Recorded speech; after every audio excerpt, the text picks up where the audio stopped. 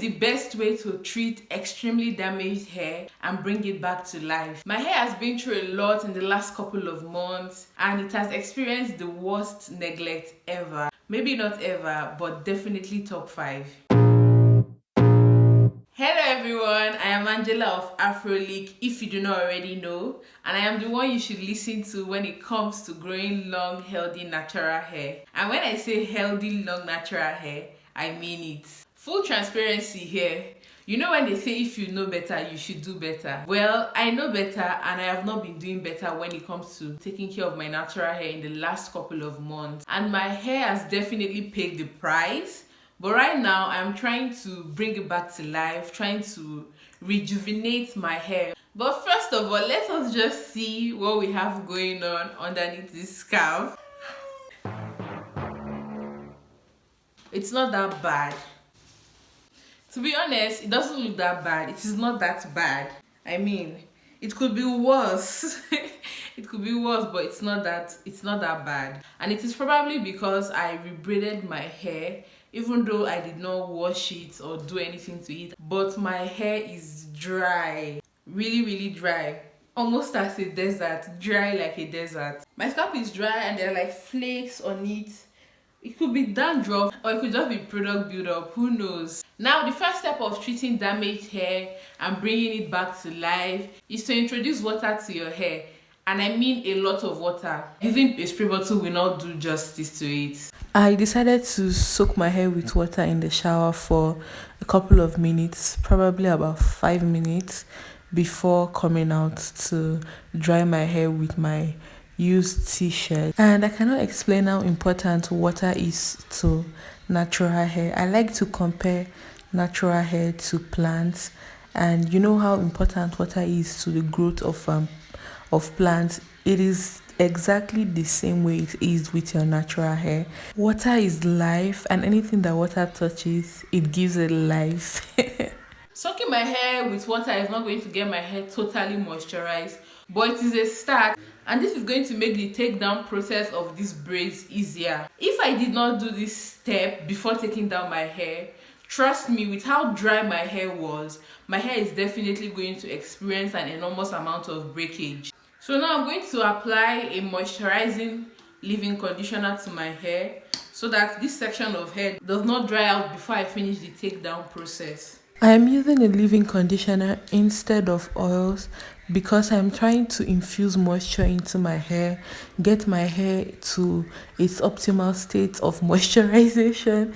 If I had used oils to my hair, it would have created a barrier, and that barrier would have prevented moisture from getting into my hair, and that is not the goal for today. Now I'm going to put my hair in loose 2-strand twists. One of the questions I get a lot from people is them asking me, how do they know when their hair is dry? Well, for me, one of the ways that I know that my hair is dry is that the strands of my hair begin to form knots and tangle easily. I don't know why this happens, but I just noticed that the ends of my hair begin to form knots, especially single strand knots.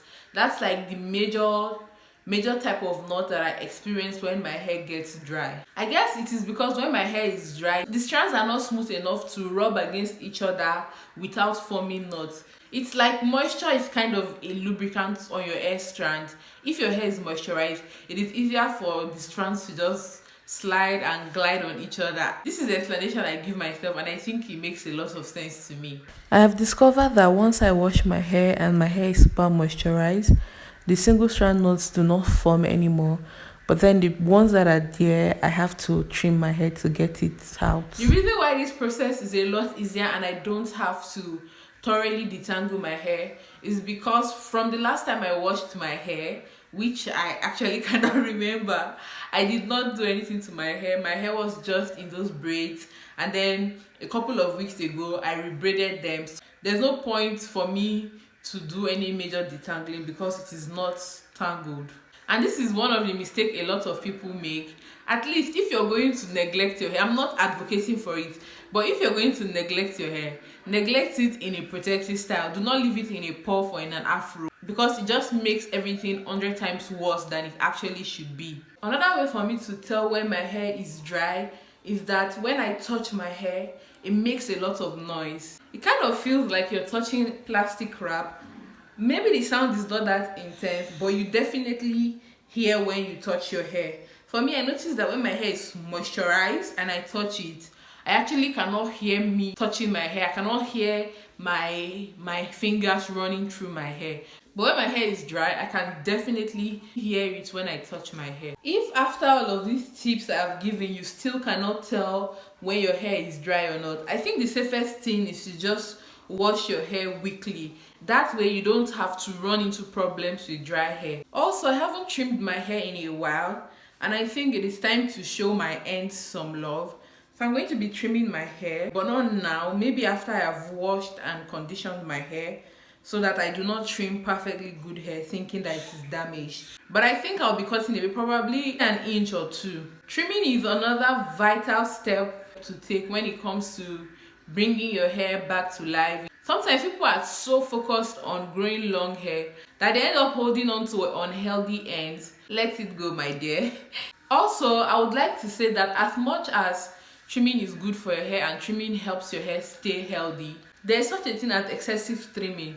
I am also of the opinion that what some people call dead ends, it is actually perfectly good hair. I will definitely be making an in-depth video on that, so do make sure you're subscribed to the channel and turn on your post notification so that you get notified when I upload that video. Lastly, when it comes to trimming, I would say trim your hair in the state that you wear it out the most. That is, if you wear your hair straight most of the time, then it is advisable that you trim your hair when it is straight.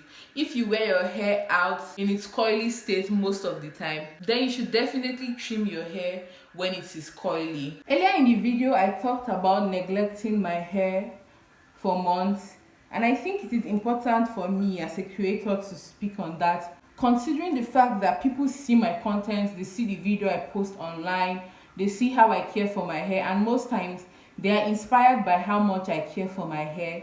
And sometimes it may make them feel some type of way when they see how I care for my hair in comparison to how they care for their hair, and it may make them feel as though they are not doing enough. One thing I want us to understand is that there is a lot of pressure on Black women and their hair, and I wouldn't want my video, I wouldn't want my content to add to that pressure indirectly.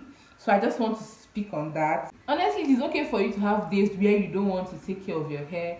It is okay for you to have days where you don't feel like styling your hair. It is okay for you to have days where you just want to wear your hair in a chunky twist or nothing too elaborate. And when you decide to wear your hair in that state, your hair should be considered done. I feel like the standard to which Black women hair has to get to for it to be considered done is kind of outrageous, honestly. Because personally, I also experienced people telling me, won't you get your hair done?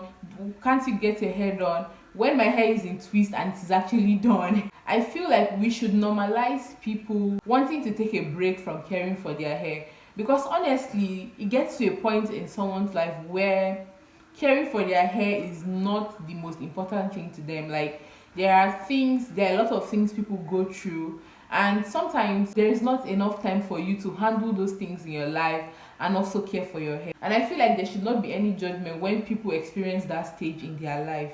Let me tell you, there are days where your favorite content creators do not feel like caring for their hair. There are days where they do not want to style their hair, and because they don't show you that aspect of their life, you may begin to feel like most content creators are always on their grind when it comes to caring for their hair. They're always styling their hair every week, they're always washing their hair, they're always doing this and that to their hair.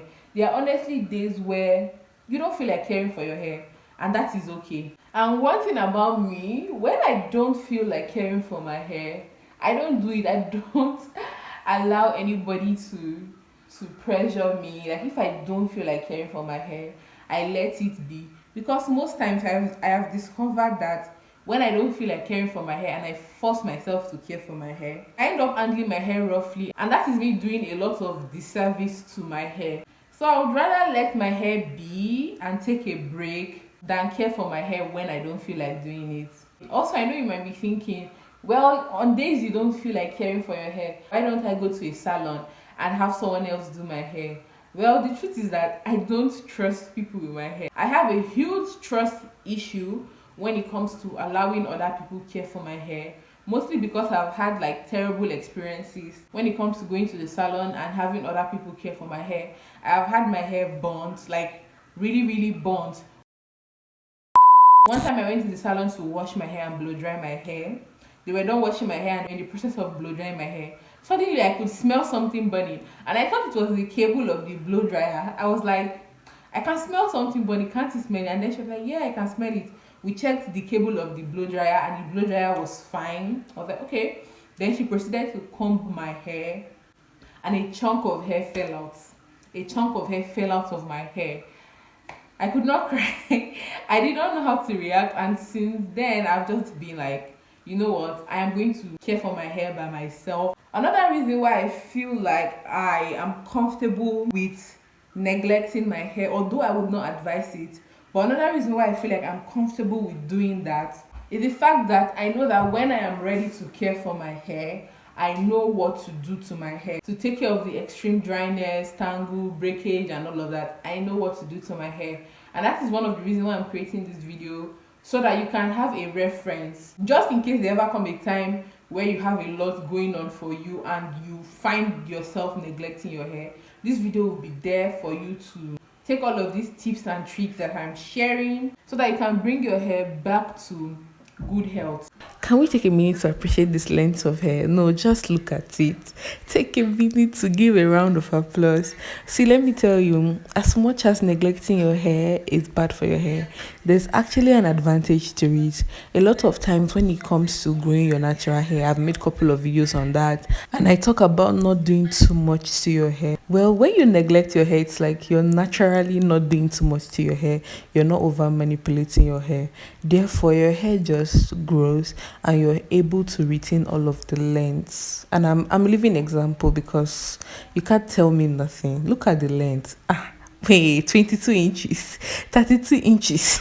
Some important things to know when you're in the recovery stage after neglecting your hair for a while, for me over 2 months, is that you're going to be focused on moisturizing your hair. This means that you have to be diligent with washing your hair weekly for a while. You have to avoid complicated hairstyles with extensions. This is just time for your hair to rest. And you also have to trim your hair when it is needed. This is all the hair that I lost in this process. Honestly, I thought it was going to be more than this. But I know that when I thoroughly detangle my hair with a detangling brush, I'm going to lose maybe 3 times this size of hair. Honestly, I'm not mad at it. It could actually be worse than this. But because of all the tips and the tricks that I have shared in this video, you can definitely avoid losing your hair even after you've neglected it for a while. So I will see you in my next video where I show you how to properly wash your hair after neglecting it for months. Bye!